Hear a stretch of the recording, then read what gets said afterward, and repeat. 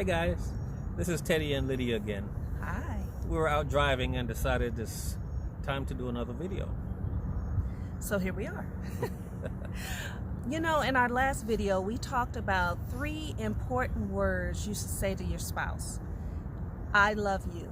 So we thought about some more important words that you should say to your spouse.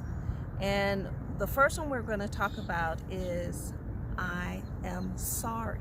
I am sorry. You're sorry? I'm sorry. Okay, go ahead. Anyway, in our last segment, we talked about while quarantining with your spouse that it is very possible that you have to work out some hurt feelings. Absolutely. And the part of the healing process will not begin until you start with I am sorry. Mm-hmm. All right? Your spouse have to know that you are genuinely remorseful for whatever actions that may have injured them.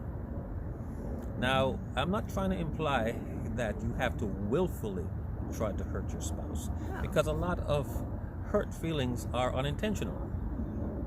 And a lot of stuff have been swept under the rugs over the years because we failed to address it while it needed to be addressed. So now we're faced with the reality of dealing with these hurt feelings while we are stuck at home quarantining with our spouse. And when you say I'm sorry, give the other person time to digest that. Sometimes people feel like I've said I'm sorry, so now you can just forgive me, move on, we'll just drop it and, get back to how we used to feel prior to the hurt.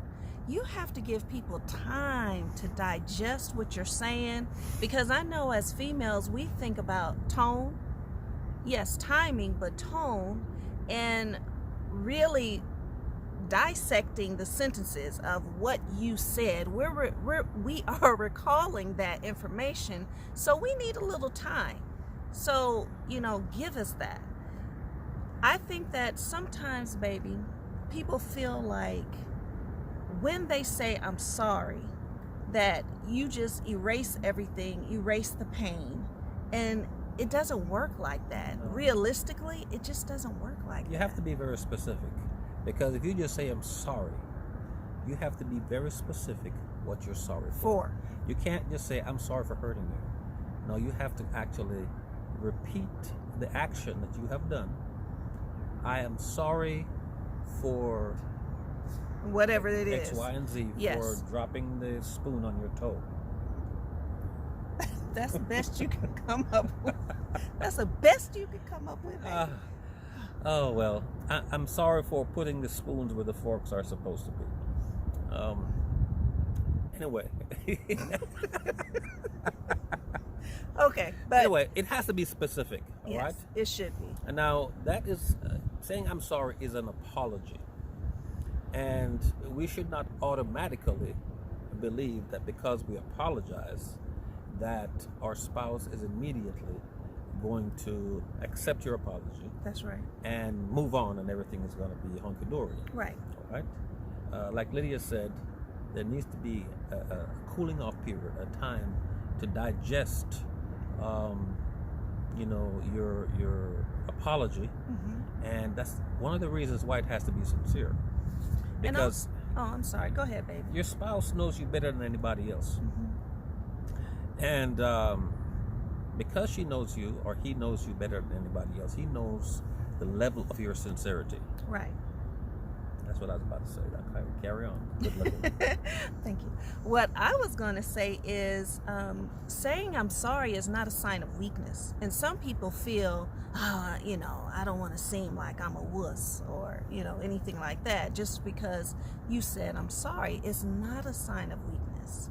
What did you say before, baby? You said it's a sign of strength. It's actually a sign of strength, because now you have taken the responsibility. When you don't say you're sorry, you're acting actually juvenile, because you're not taking responsibility for your behavior. When you have stepped up to the plate and say, I'm sorry, it's finally taking responsibility for whatever hurt you may have caused your spouse. Yeah.